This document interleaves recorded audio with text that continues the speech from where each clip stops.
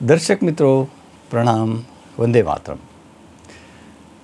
જે લોકોને જિદ્દી કબજિયાત હોય, 3-4 દિવસે ઝાડો આવતો હોય, એવી કરાજીને ઝાડો આવતો હોય, ખૂબ પ્રેશરપૂર્વક દબાણ આપ્યા પછી જ ઝાડો થતો હોય, ઝાડે ચિકાસ આવતી હોય, અતિશય દુર્ગંધ આવતી હોય, તો એવી પ્રકારની જિદ્દી કબજિયાત માટેનો એક સિમ્પલ અને સહજ પ્રયોગ બતાવી દઉં છું।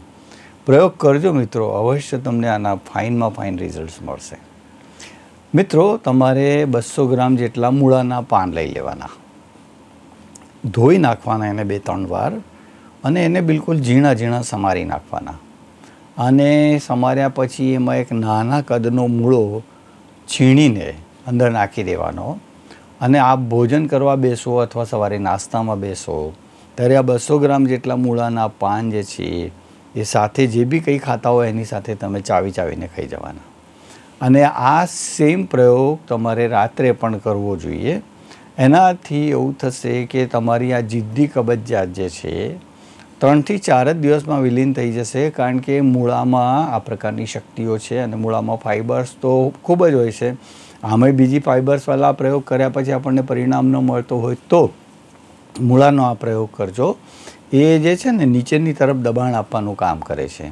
એનાથી જે લોકોને પેશાબની તકલીફ હોય એ લોકોને પેશાબ પણ સારો એવો આવે છે, અને એની કોઈ સાઈડ ઇફેક્ટ પણ નથી મિત્રો। અને એની અંદરના હરિતકણો જે છે એ ચહેરા અને વાળ માટે પણ ચમક લાવવા માટે મદદ કરે છે। તો પાચનતંત્ર સુમધુર કરે છે, જઠરાગ્નિ તેજ થાય છે, ભૂખ સારી લાગે છે, બધા જ પેટના કચરાનો નિકાલ થઈ જાય છે, પેટ સરસ મજાનું સાફ આવે છે, ઝાડે ચિકાશ આવતી નથી, ખૂબ સહજતાથી ઝાડો ઉતરે છે અને ભરપૂર ફાયદા થાય છે। તો મિત્રો, મૂળાના પાન ખરેખર ચમત્કારિક છે, ભગવાનનું વરદાન છે સમજો, અને એનો અવશ્ય ઉપયોગ કરો।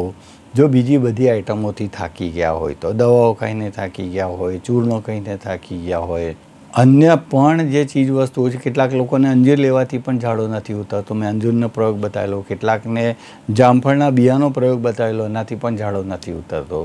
તો એવા લોકોને મૂળાના પાન ખાવાથી, સમારવાથી, એટલે એનું કચુંબર જેવું જ બનાવી દેજો।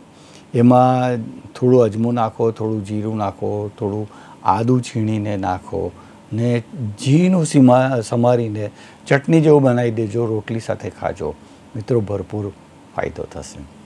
અસ્તુ, આ વિષયનો બધો શ્રેય ભગવાન શિવના ચરણોમાં અર્પિત કરું છું। જગતજીની ભારત માતાને પ્રણામ કરીને આજના વિષયના સમાપનની આજ્ઞા ચાહું છું। વંદે માતરમ।